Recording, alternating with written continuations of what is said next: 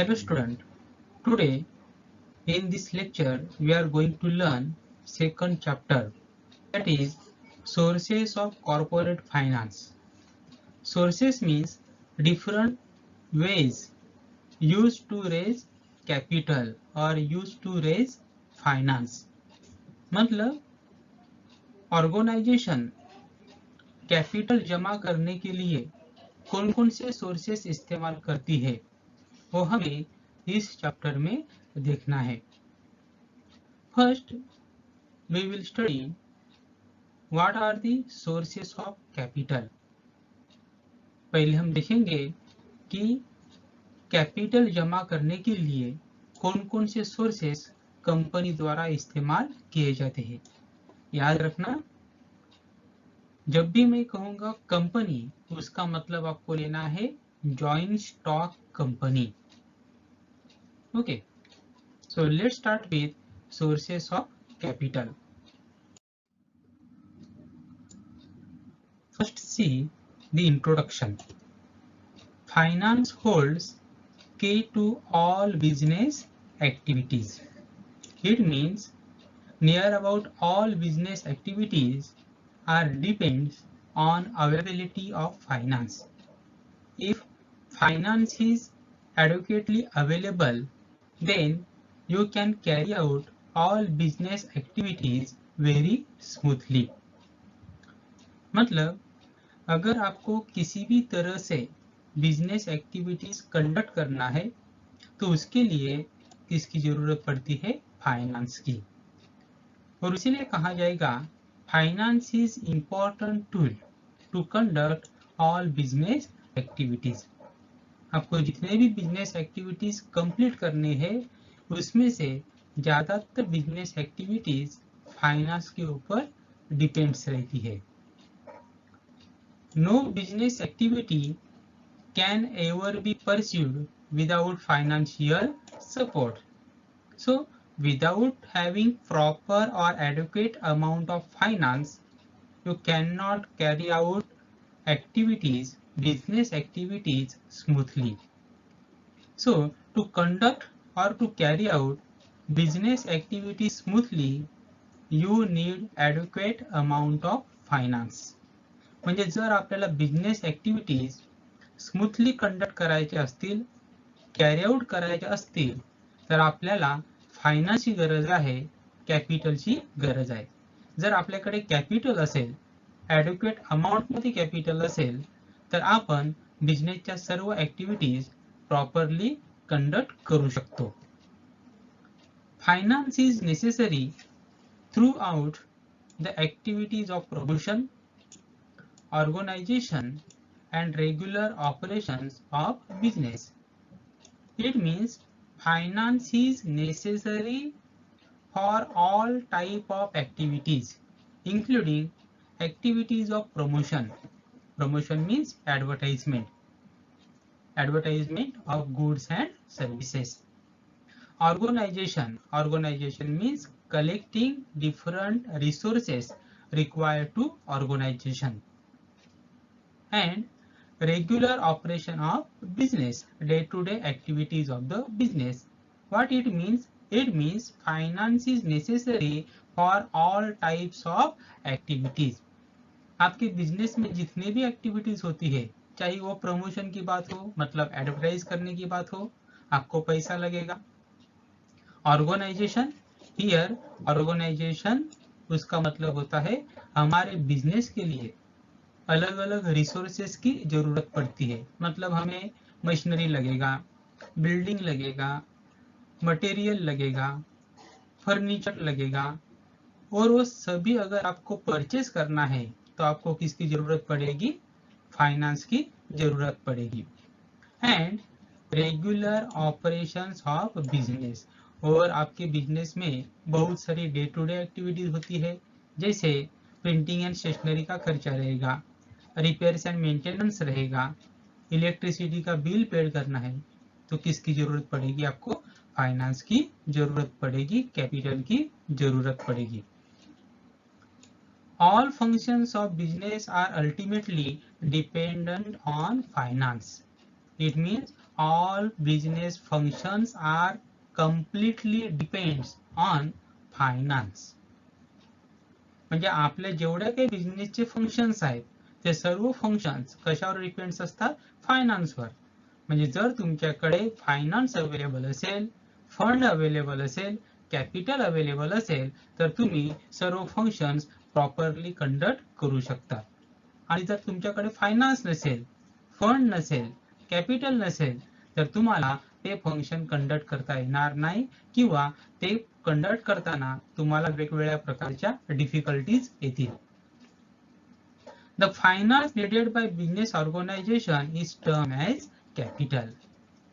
See, finance needed by business organization means finance required to business organization is termed as a capital. मतलब business organisation को अलग अलग activities carry out करने के लिए, अलग अलग एक्टिविटीज कंडक्ट करने के लिए जो पैसा लगता है उसे ही हम कहते हैं capital. Every business organization needs certain capital for its activities. That doesn't matter either business is small or big. That doesn't matter either business is trading business or manufacturing business. That doesn't matter either business is located in rural area or urban area. All type of business organization need certain amount of capital to conduct various activities. So the amount of capital may be different, but all type of organization required capital to conduct various activities. मतलब चाहे business छोटा है या बड़ा है, चाहे business rural area में है या अर्बन एरिया में है, चाहे बिजनेस मैन्युफैक्चरिंग है या ट्रेडिंग बिजनेस है, उससे कुछ भी फर्क नहीं पड़ेगा. चाहे कौन सा भी बिजनेस हो, उस बिजनेस को अलग अलग एक्टिविटीज कंप्लीट करनी पड़ती है, अलग अलग एक्टिविटीज कंडक्ट करनी पड़ती है. और वो एक्टिविटीज अगर उसको कंडक्ट करनी है, कैरी आउट करनी है, तो उसके लिए कैपिटल की जरूरत पड़ेगी, उसके लिए फाइनेंस की जरूरत पड़ेगी. It means all business organisation need finance to conduct different activities. A joint stock company, which is a modern form of business organization, being a large undertaking and require huge capital for business.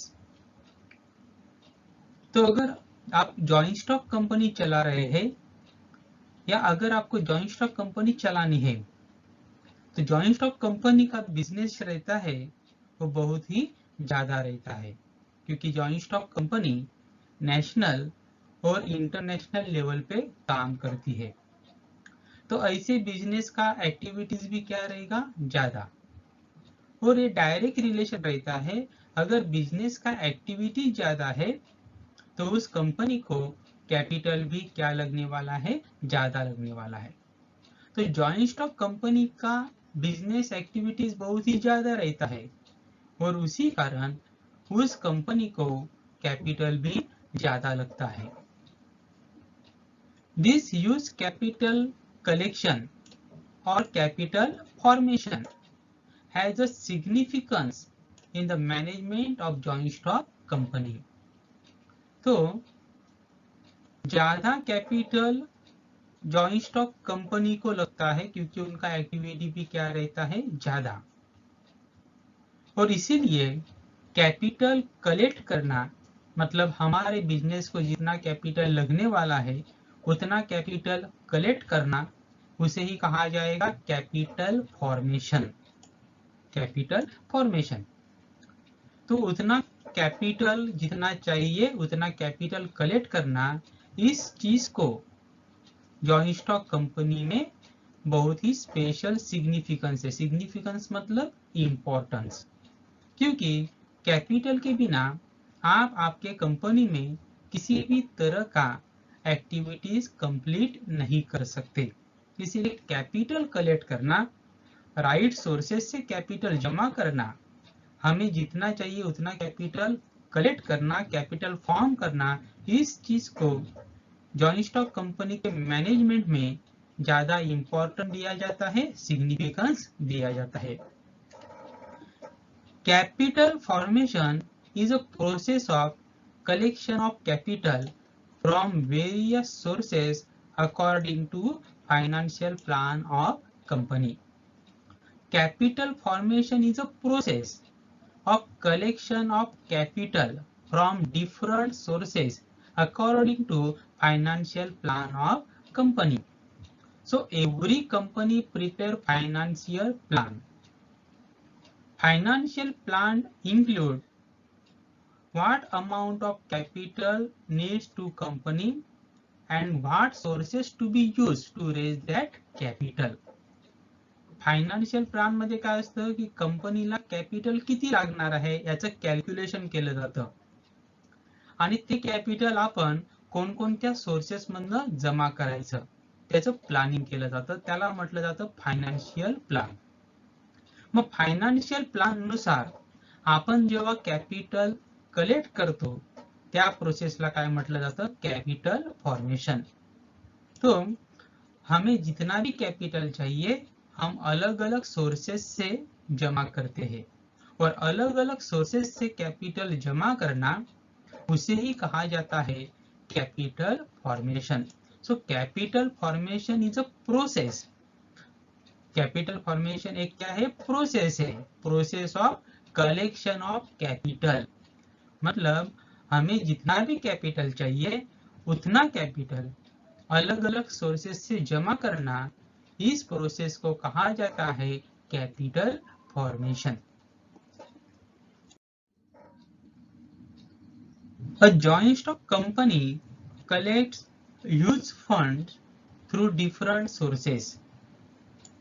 See, joint stock company required large amount of capital, huge capital, and that company collect from different sources. मतलब किसी एक source के ऊपर हम depend नहीं रह सकते, अलग अलग सोर्सेस से हमें huge amount of capital collect करना पड़ता है, जमा करना पड़ता है. These various sources of finance available to business may be explained with following chart. तो अभी हम देखेंगे कि कौन कौन से सोर्सेस है जिनका इस्तेमाल कैपिटल रेस करने में किया जाता है बाय जॉइंट स्टॉक कंपनी. याद रखो ये सारे सोर्सेस कौन सी कंपनी इस्तेमाल करती है, joint stock company. No sole trading concern, no partnership firm, no cooperative societies और no joint Hindu family business.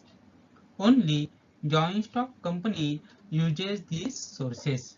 तो इन सोर्सेस का इस्तेमाल कौन करता है, जॉइंट स्टॉक कंपनी. तो हमें देखना है कि कौन कौन से सोर्सेस है. Sources of finance based on types of capital.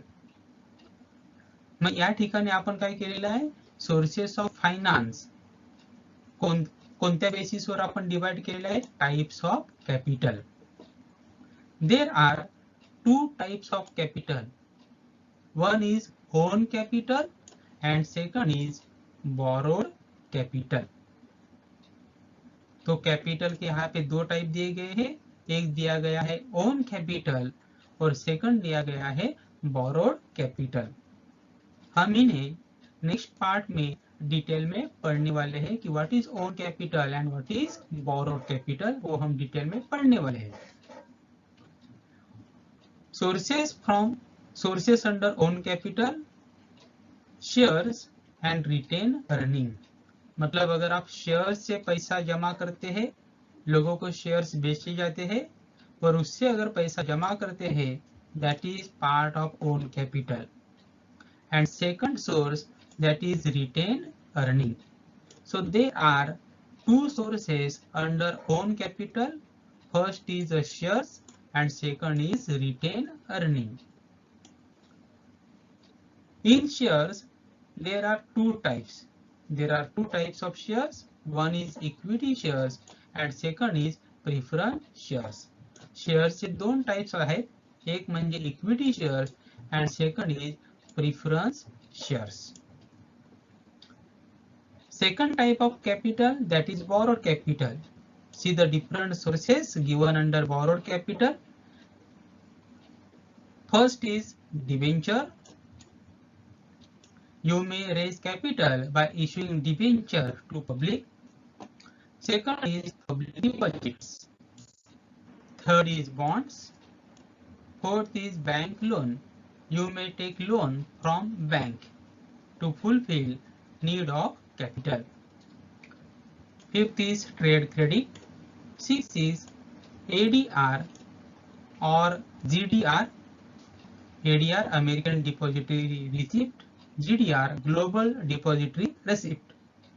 7 loan from financial institutions. तो अगर आप इन सोर्सेस से कैपिटल जमा करते हैं, debenture, public deposit, bonds, bank loan, trade credit, ADR, GDR और लोन फ्रॉम फाइनेंशियल इंस्टीट्यूशन, तो उस कैपिटल को क्या कहा जाएगा? Borrowed capital. और अगर आप शेयर से पैसा जमा करते हैं या रिटेन अर्निंग का इस्तेमाल करते हैं तो उसे कहा जाएगा own capital. So there are two sources under own capital, that is shares and retained earning, and there are 7 sources under borrowed capital. borrowed capital मध्ये एकूण 7 sources दिलेले आहेत. We are going to learn each and every sources in detail in next part. अभी हम इन सभी sources का detail में study करने वाले हैं. शेयर्स क्या रहेगा, what is equity share, what is preference shares, what is retained earning, debenture, public deposit, bonds, each and everything. हम इन सभी सोर्सेस का डिटेल में स्टडी करने वाले हैं.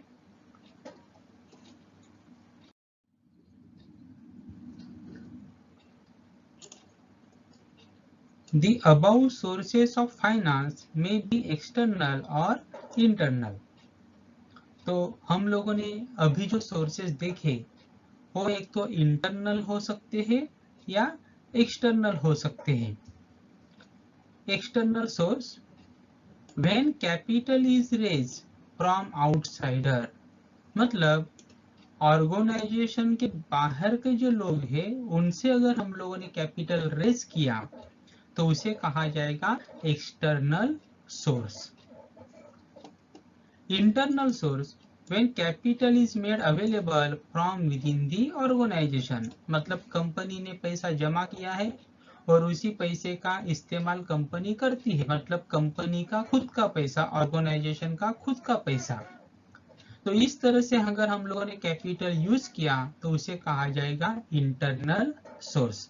सो the source of capital is again divided in two parts, that is external source और internal source.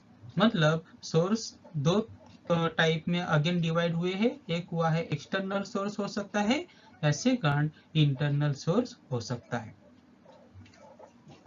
Next part is sources of own capital. The capital raised by company with the help of owners, shareholder, is called as own capital, or you can say ownership capital. We know that there are two types of capital. One is own capital and second is borrowed capital. And there are two sources of own capital. One is shares and second is retained earning. So what is given here? The capital raised by company with the help of owners. मतलब owner से अगर हम लोगों ने capital collect किया, capital जमा किया, तो उस कैपिटल को कहा जाएगा ओन कैपिटल. ओनर्स मतलब ही क्या होते हैं? कंपनी के shareholders. The person who purchases the shares of company called as shareholders of the company, and shareholders are owner of the company. तो जो भी कैपिटल हम शेयर होल्डर से जमा करते हैं that is part of own capital because shareholders are owners of the company. म्हणजे जर आपण शेअर होल्डर्स कडनं पैसे जमा केले, शेअर होल्डर्स कडनं आपण पैसे घेतले, कॅपिटल जमा केलं, तर त्या कॅपिटलला म्हटलं जातं ओन कॅपिटल. कारण की शेअर होल्डर्स म्हणजे कोण असतात? ओनर्स. आणि ओनर्स कडून आपण जे कॅपिटल जमा करतो त्याला म्हटलं जातं own capital. The shareholders purchase shares of company and supply necessary capital. So shareholders are those who purchases the shares of company. And when they purchase shares of company, it means they supply, they provide necessary capital to the company. मतलब जब कोई company shares बेचती है और कोई person उस shares को purchase करता है, तो उस पर्सन को कहा जाएगा शेयर होल्डर। तो उसने कंपनी के शेयर परचेस किए, इसका मतलब क्या हुआ? उस पर्सन ने कंपनी को पैसा प्रोवाइड किया, पैसा दिया, क्योंकि उसने शेयर्स परचेस किए। तो उस पर्सन को कहा जाएगा शेयर होल्डर्स, और शेयर होल्डर्स ही कंपनी के क्या रहते हैं? ओनर्स रहते हैं। तो शेयर होल्डर से जो भी पैसा आप जमा करते हो, शेयर होल्डर से जो भी कैपिटल आप जमा करते हो, उस कैपिटल को कहा जाएगा own capital. It is one form of own capital. It means share capital is one form of own capital. तो शेयर कैपिटल को क्या कहा जाएगा? Own capital. Share capital means capital raise by issuing shares. Shares बेच के जो भी capital आप जमा करते हो, उस कैपिटल को कहा जाएगा शेयर कैपिटल। तो share capital is a part of own capital because those who purchases the shares of company are owner of the company. And what is definition of own capital? Capital collected from owners of the company called as a own capital. तो share capital एक इसका हिस्सा माना जाएगा, own capital का हिस्सा माना जाएगा। Another form of own capital is retained earning.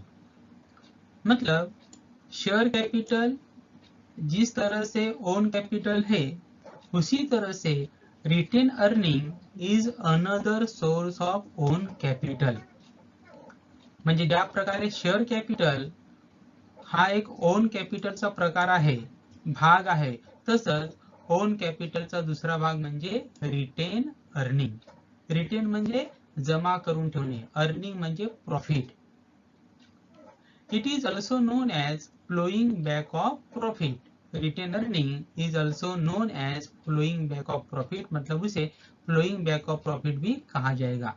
Retain earning को हम नेक्स्ट पार्ट में डिटेल में पढ़ने वाले हैं, इसलिए यहाँ पे मैं उसको ज्यादा एक्सप्लेन नहीं करता।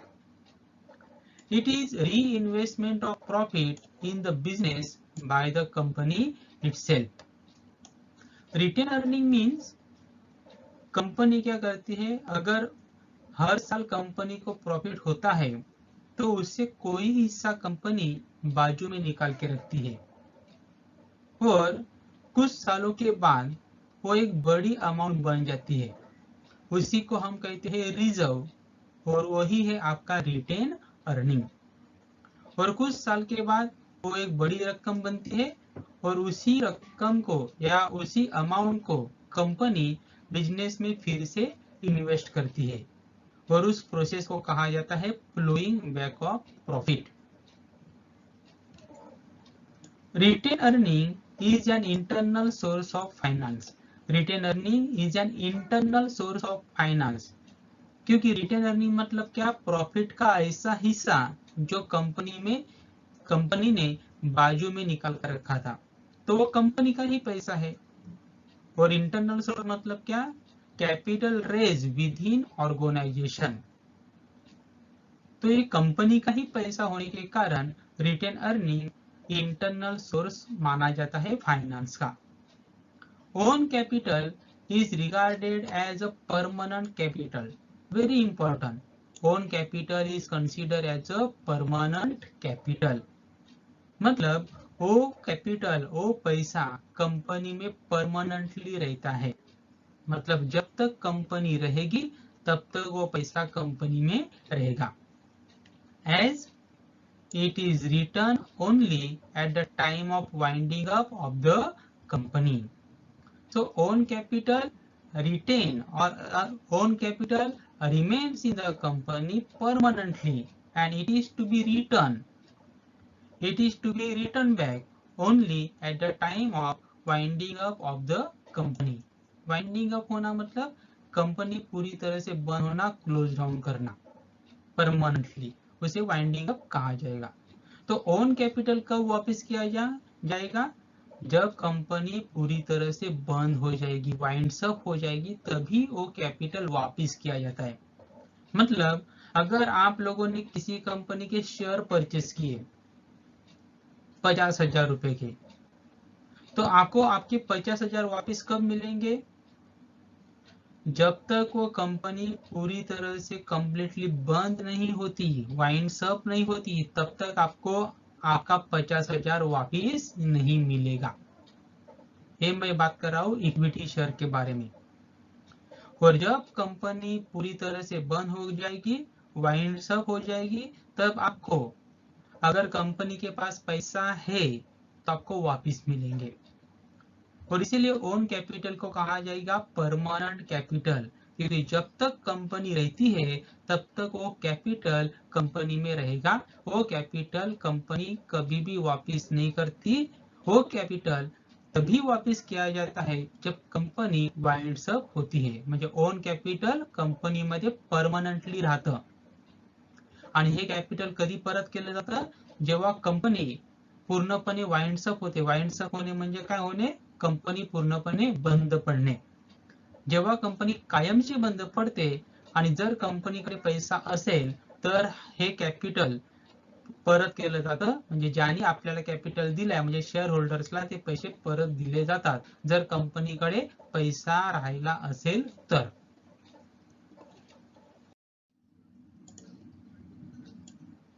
Own capital in the form of share capital provides initial source of capital for a new company. So when you start any new company, at that time you need to issue shares to raise capital. तो अगर आप कोई नया company start करते हैं तो आपको shares issue करके कैपिटल जमा करना पड़ता है। तो इनिशियल सोर्स रहता है, इनिशियल मतलब शुरुआत का, स्टार्टिंग। तो आप अगर कोई भी नया जॉइंट स्टॉक कंपनी स्टार्ट करते हैं तो आपको पहले शेयर्स इशू करना पड़ेगा। शेयर्स इशू करके आप कैपिटल जमा करोगे। We know that capital raise by issuing shares is called as a share capital. आणि आपण शेयर्स इशू करून जे कॅपिटल जमा करतो त्या कॅपिटलला म्हटलं जातं share capital.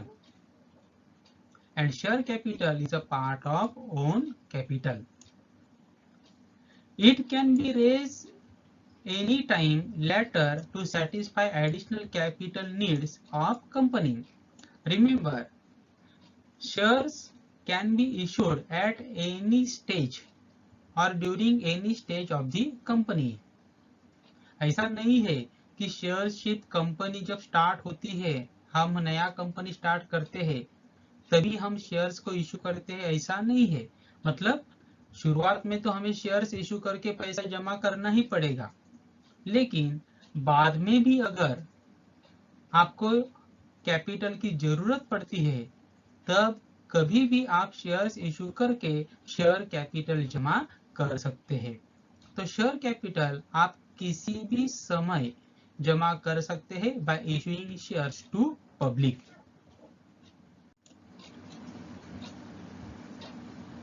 However, retained earning cannot be initial source of capital, but it can be important source of capital when company run its business profitably during its existence.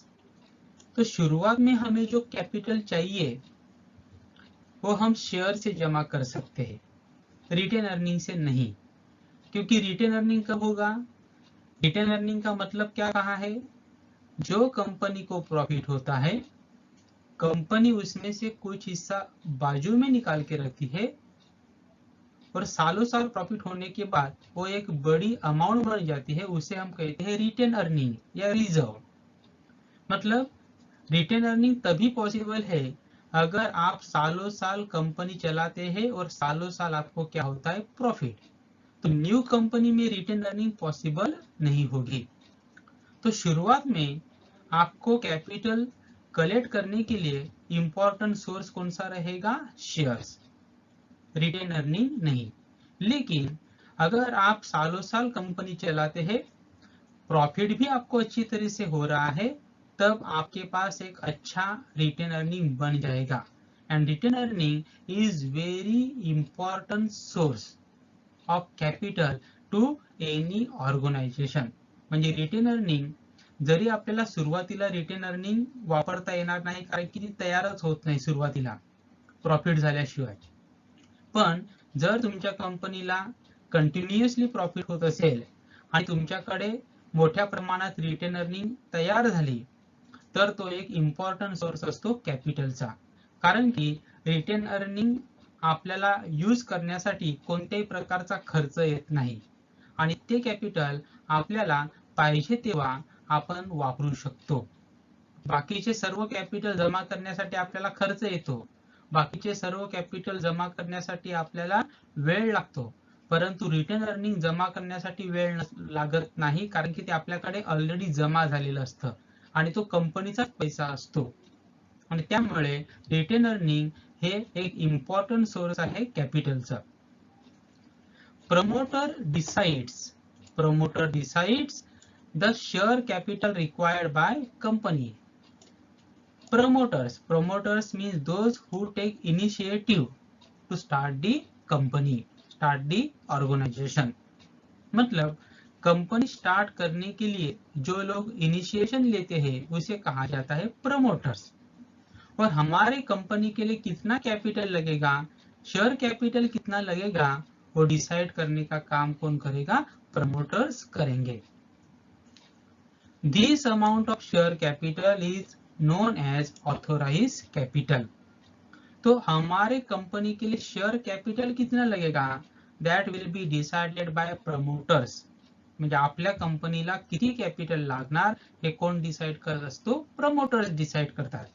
Promoters म्हणजे कोण, company सुरू करण्यासाठी जी लोक सुरुवातीपासून प्रयत्न करतात त्या लोकांना काय म्हटलं जातं, promoters. They are the owners of the company. आणि कंपनीसाठी जेवढं कॅपिटल लागणार आहे ते डिसाइड केलं जातं आणि त्या अमाउंटलाच म्हटलं जातं authorise capital. It is stated in capital clause of memorandum of association of the company. We know that there are different clauses in memorandum of association of the company. There are two important documents related to company.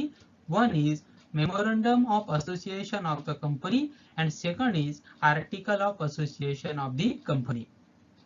There are different clauses given in memorandum of association of the company, and in that one clause is related with capital.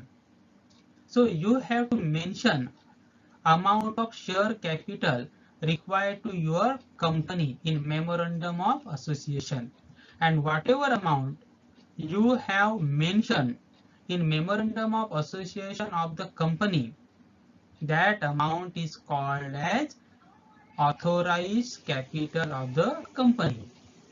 तो company के memorandum of association में आप share capital का जो भी amount record करते हो, जो भी अमाउंट मेंशन करते हो, उस अमाउंट को कहा जाएगा ऑथोराइज कैपिटल।